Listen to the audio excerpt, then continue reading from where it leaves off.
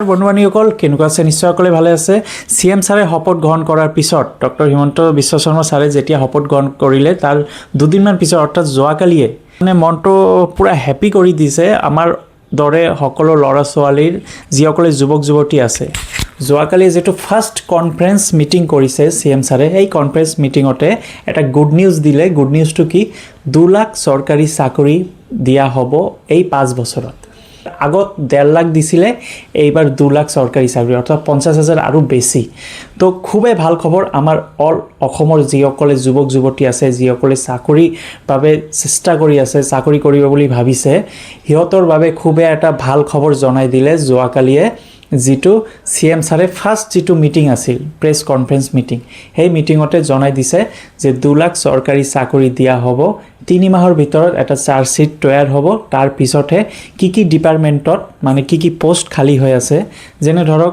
ভোটৰ আগত কৈছিলে সিএম ছাৰে যে টিচাৰৰ বাবে বহুত পোষ্ট আহিব টিচাৰ যেনেকুৱা টেটৰ বাবে বহুত পোষ্ট আহিব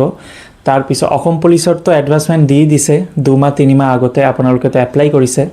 তাৰ পিছত এতিয়া গ্ৰেড 3 গ্ৰেড 4 আহিব তাৰ পিছত আৰু এপিএসসি টিপিএসসি আৰু নানা ধৰণৰ ডিপাৰ্টমেন্ট যি কেটা মানে পোষ্ট খালি হ'ব সেই কেটা অনুযায়ী নতুন চাকৰি দিয়া হ'ব নতুন এডভান্সমেন্ট ওলাব প্ৰথম মিটিংতে সিএম ছাৰে দিলটো খুশ কৰি দিছে অল অসমৰ ষ্টুডেন্টৰ যেটো সিএম ছাৰে কৈছিলে যে এইবাৰ বিজেপি চৰকাৰ আহিলে 2 লাখ চৰকাৰী চাকৰি দিয়া হ'ব এই 5 বছৰত তো বন্ধুবান্ধীসকল এতিয়া চিন্তা নাই আপোনালোকে অকল ষ্টাডি কৰি লওক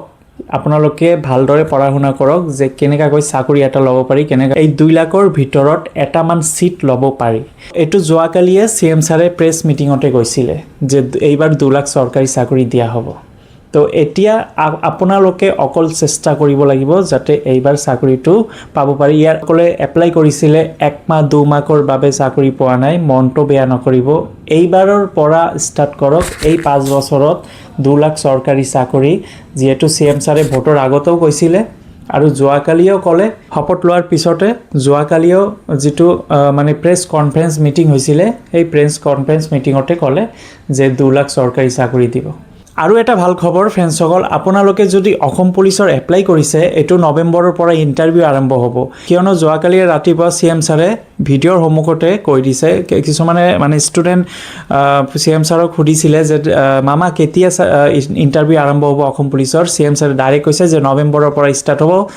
দৌৰি আৰম্ভ কৰি দিয়ক তো আপোনালোকে যদি এপ্লাই কৰিছে অসম পুলিচৰ এতিয়া 4-5 মাহ হাতত আছে এই 4-5 মাহৰ ভিতৰতে আপোনালোকে কৰি দেখুৱাক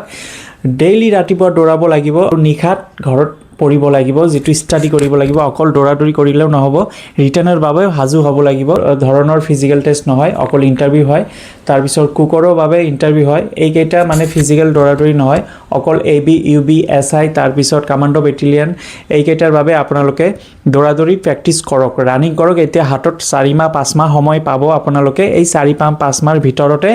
আপোনালোকে কৰি দেখুৱাব পাৰিব কাৰণ সময় এতিয়াও আছে আপোনালোকৰ হাতত এতিয়াও চান্স আছে নৱেম্বৰৰ পৰা ইন্টাৰভিউ হ'ব